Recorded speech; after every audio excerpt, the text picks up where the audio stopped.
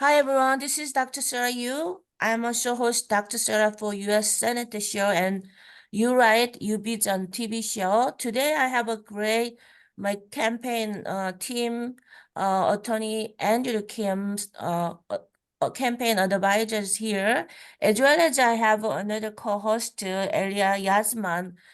She's the author as well as she's the mindset leader from the Arizona. They will introduction themselves. We are so welcome. Today we're gonna talk about California elections. We are just open communication each other. Thank you for joining. Attorney Andrew Kim, could you introduce yourself? Yes, hi. This is Andrew Kim. I'm a practicing attorney in Los Angeles, and I'm very happy to be a part of the U.S. Senate effort for Dr. Liew. And I really am happy to be here to speak about what happened yesterday and all that issues that concerns California. Hi, everybody. I'm Alia Yasmin Khan. I am the founder of Sublime Knowledge. We're a mindset coaching company out here in Phoenix, Arizona. And I've met Dr. Liew. She's a wonderful, wonderful human being with a very, very kind, gracious heart and has a big vision for this country. And I'm happy to support her in this process. And I want to say hi to Miss Yasmin. I think that whatever you do in Phoenix, Arizona is a wonderful thing. Thank you. Thank you. So Dr. Liew, you ready to answer some questions? Like, let's talk about what's going on. What's going on in California? We may have missed her some reason. Oh. Dr. Yu? Oh, okay. Today I want to talk about we just open question and then answer more like Attorney Andrew Kim and yourself also participation discussion. Okay, so Attorney Andrew Kim, can you talk about like a little bit about California election? What's going on now? Yeah. Yeah, we just finished, as you know, yesterday by 8 p.m. the election that includes all kinds of issues and from president on down to U.S. Senate and the rest of the candidates. The result is as expected. Biden got 89% of the votes in the Democratic primary. And of course, the Donald Trump from Republican primary got 78%, looks like, so far. But the final result will go on for, I guess, several weeks. But right now, Senate race, I guess we have likely we have two finalists who will have a chance to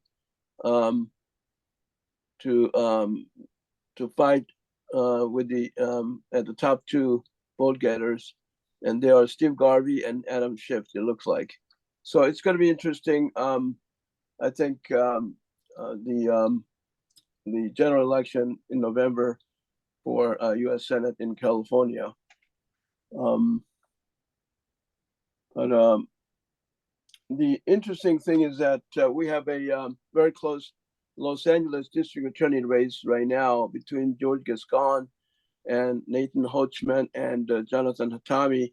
I think perhaps George Gascon will stay on for general election, but there's going to be a close contest between Nathan Hochman and Jonathan Hatami. So whoever prevails at the end of final counting, I think will be able to contest with the George Gascon. George Gascon is not very popular because of his lackluster enforcement of the law and dealing with the criminals in Los Angeles County. So I think it's going to be a very interesting contest between whoever becomes the second vote getter in that race. So that's pretty much what I have right now. But if you have anything else, please chime in. Oh, great, great. Can you little bit share as months your thought is election in California or in your Arizona, right? So can you review to in Arizona? What happened now? Yeah. Well, Arizona didn't, we weren't voting yesterday, so we're just kind of, we're going through our own processes right now. But what are the biggest issues that you feel like are driving this election this season? Tell me what your thoughts are on that. Oh, in California, most important, now we have a homeless problems as well as many other in the California affordability as well as many other the agricultural issues, criminal and justice issues. I think there are many issues as well as economic and job creation issues. So I think that now we need to really a good candidate be elected to solve California issues. I think about like 3 and 4 days, maybe 7 days, we will know who will be next senator. As I'm a candidate, U.S. Senator, I'm very every voter counted. Every candidate is very important. I think California, we have a lot of issues needed to solve. So especially, as I'm a candidate, California Republican, party, we are supporting excellent educations, California first class education we should provide, as well as safety in California, most important, as well as freedom of healthcare, economic policy have to be more to grow, really helping innovations, business owners, as well as, we have to really reform taxations, improve infrastructures, public safety, and as well as many other like homeowners, all as well as safety concerning many environmental policies should support especially California farmers, ranchers, as well as we should concerning this time is the election integrity. Ethical government service. Last election we had problem is election stealing, fraudulent. So this time we wanna really not have this election integrity should should keeping. Yeah. Yeah, I can tell you, like in Arizona, there's an influx of Californians, just kind of moving to Arizona. And the question is, like what is kind of driving that, and how do we keep people in their homes? Because that's really what people want to do. They want to stay where they are. They want to be able to thrive and be able to provide for their families and stuff. So that's great stuff, Dr. Liew. Great stuff.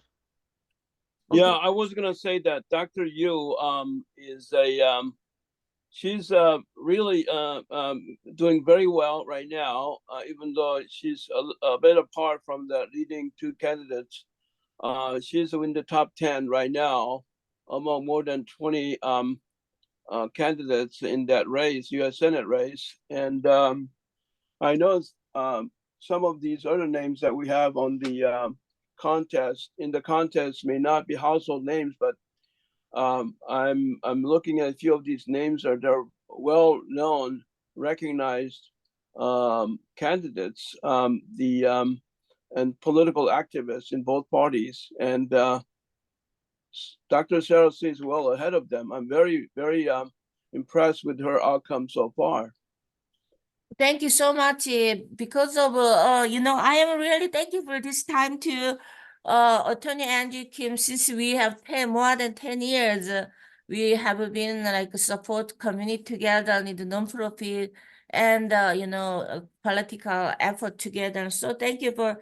I want to asking Attorney Andrew Kim for about immigration problem we have in America and Texas. Eagle Ox. Can you tell me about your view of your immigration? You are many years immigration attorney in Los Angeles, very famous. So. Can you tell me about Joe Biden immigration policy? What the problem is right now? What happened? What is the solution? What do you think? Yeah. Well, I'm coming from the Republican perspective. I think whatever is happening on the border is a really really terrible thing right now.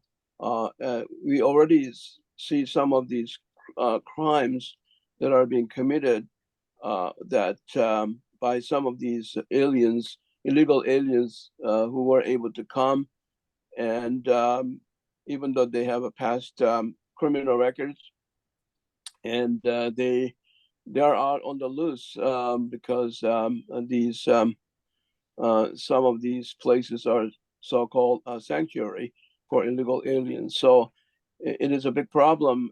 It's getting to be a bigger problem if we don't handle this from here on. And right now, I understand there were 7 million people so far already in the unaccounted for illegal aliens were able to come in, and that number is my understanding is bigger than half of the states in the United States. So, and the most immediate, of course, impact is that we have the cities that cannot handle all these illegal aliens that are coming in and trying to somehow blend it in.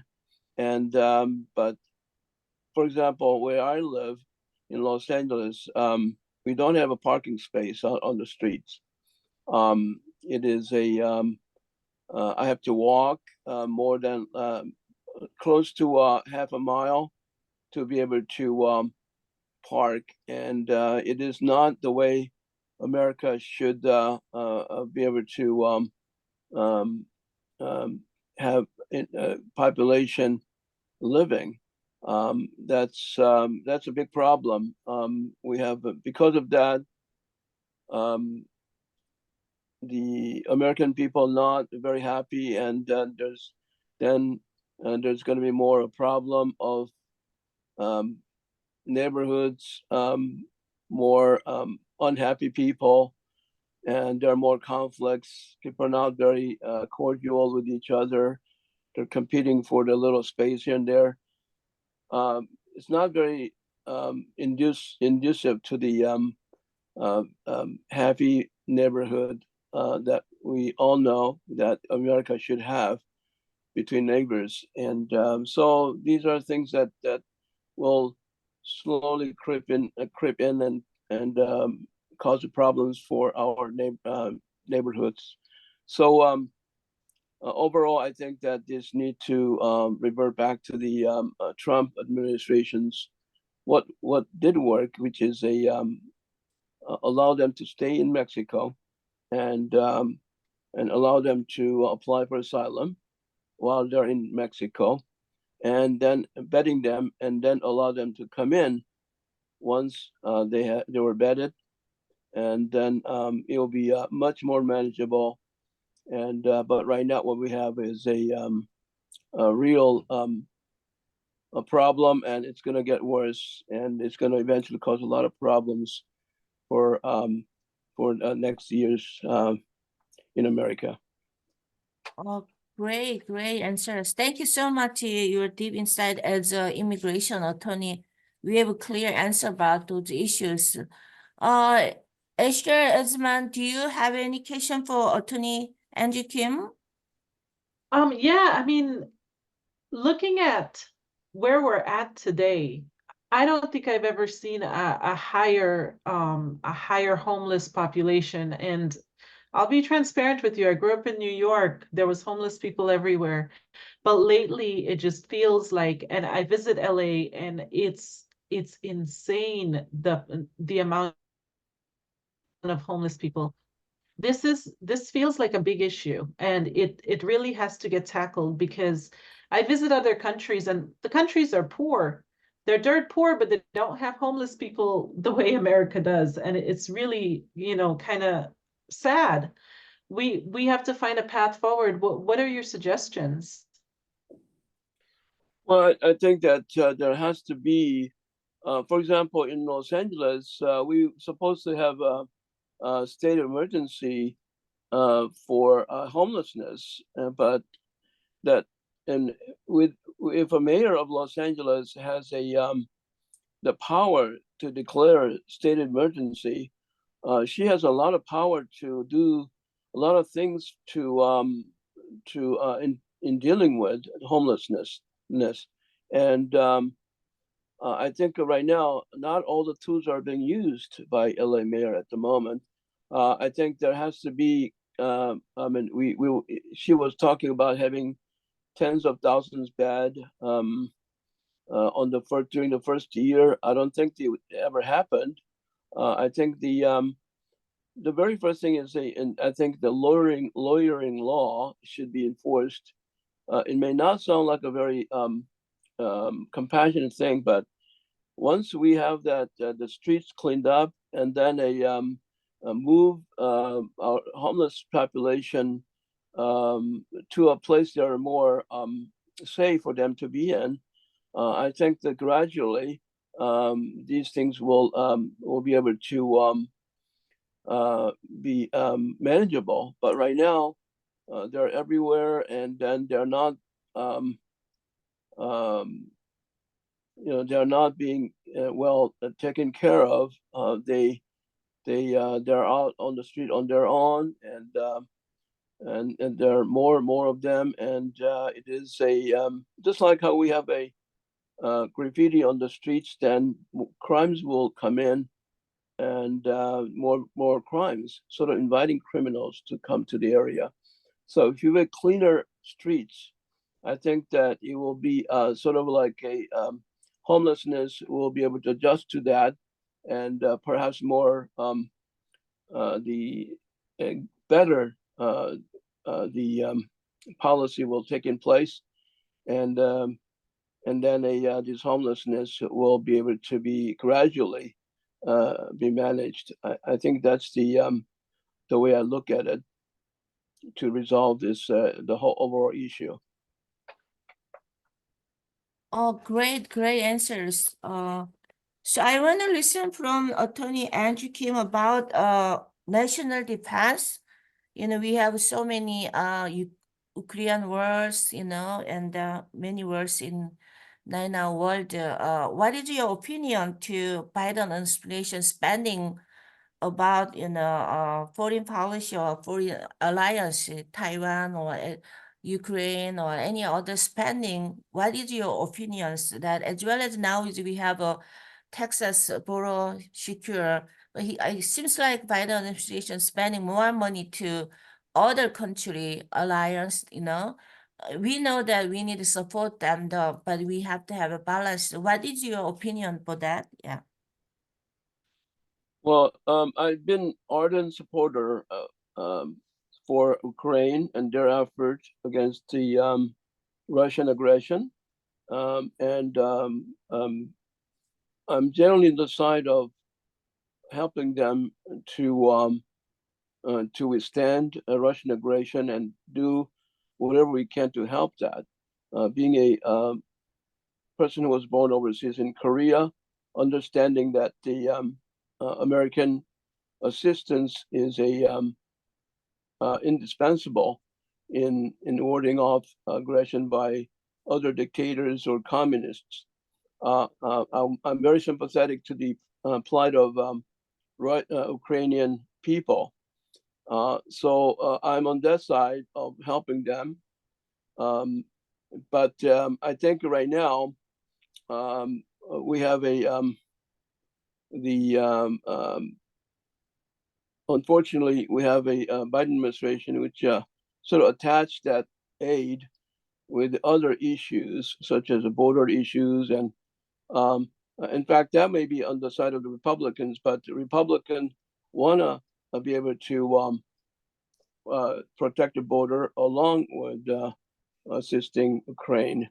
But I believe Biden administration is trying to separate them and then not putting them together in considering continuing the assistance of Ukraine. I think that I know the Trump administration has an idea how to end this. This largely a stalemate at the moment. I think the conflict. So I think negotiations should take in place, and it has to be the negotiation that eventually should end the conflict.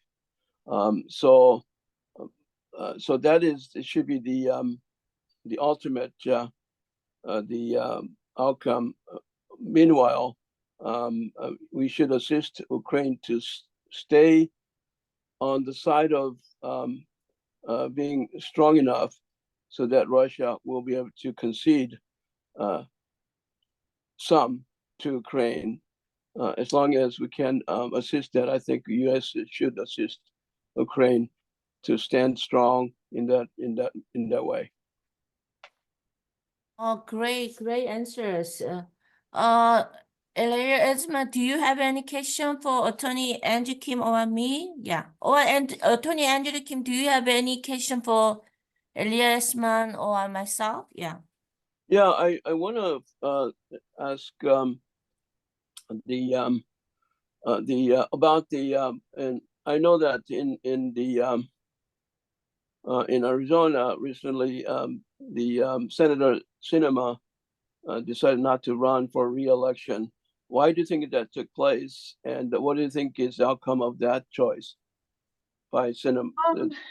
Ultimately, I think that happened because she really wasn't maybe authentically representing herself, if that makes sense. And I think there's a point in which the voters are going to ultimately make the decisions, but the demographics that has taken place in Arizona, like I said, with an influx of people just moving here, has really shifted our political environment quite a bit. So it's a different environment like it once was, and I do think that I think her making that decision was a good decision ultimately. I agree. I think she. I mean, I'm not on this.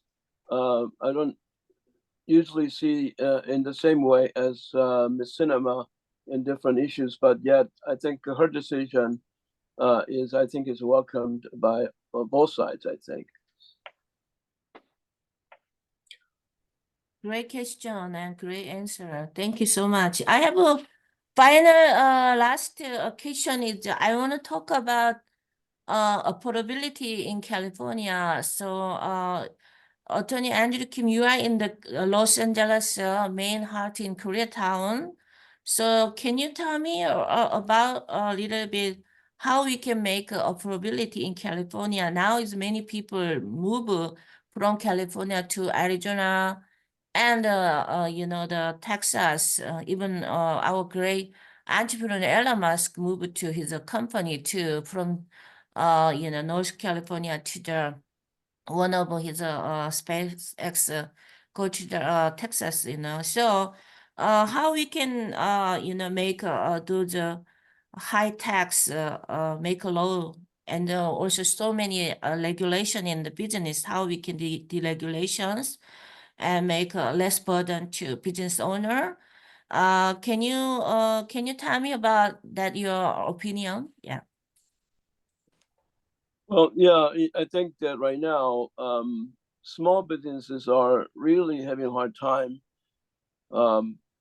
and because of, for restaurant, for example, they have to charge nearly twice as more as before, and when you consider that, along with the labor cost is again much higher, with the minimum wage creeping upward. I think that small businesses are having a real hard time, and I don't know how they do it. we don't do enough to assist and help the small businesses, in my opinion. In fact, we're making it much more harder for them to survive. And for example, the gas prices, it's a through the roof, and it I'm still very happy with the $20 per trip to the gas station, not $100 or $120, and that's insane. And so I think that this high cost need to be handled and reined in. Housing prices are through the roof, and that's why a lot of people are moving. And not only that, the quality of life, as we know, are not doing well. Homelessness, crime issues. So we have a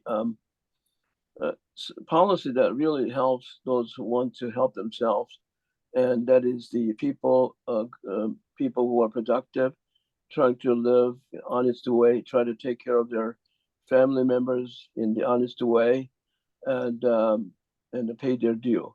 And that is the only way we can stabilize, and we can make really the golden state to come alive again. This is the golden state that I think everyone in the world loves to come in and live.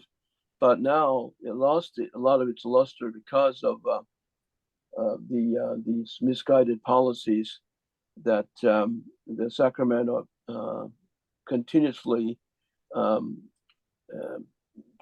coming down with. And I think that we need to turn back on that. And we really need to have two states, not just one state in California. So hopefully we will gradually see people be awakened to how harmful the one state is, one party state is, and we need to have a two-party state. Great answers. I want to asking, this is final question for the Alia Asman. You are the mindset coach. Can you give us some advice for the homeless people who are struggling right now mostly in California? We have so many homeless population. Can you tell me how they can overcome those situations, or any your in Yeah. your mindset? Tell them some advice, please. Yeah. Information is not readily available to these individuals, and for that particular reason, they don't have the right resources. They have a temporary band-aid. There's not the right resources.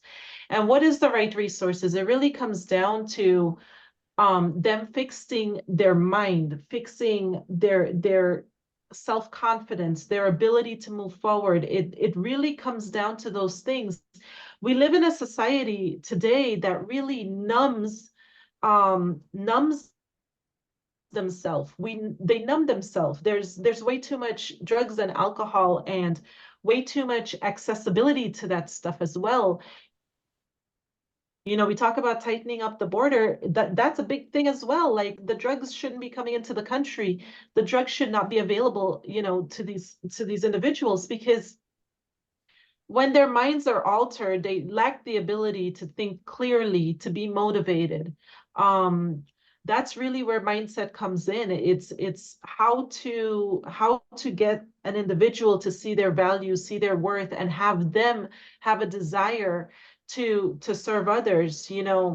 I was in a not so good neighborhood, and there was a homeless kid in there, and he's high, he's intoxicated, and he's trying to clean up the area in the Circle K.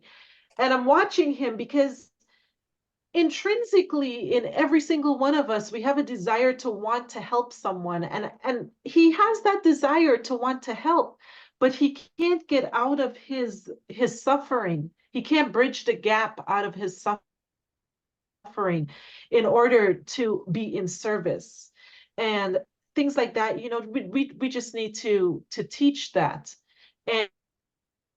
And we need more programs out there. We need more programs to reach individuals to teach them this information. We're not taught this in school.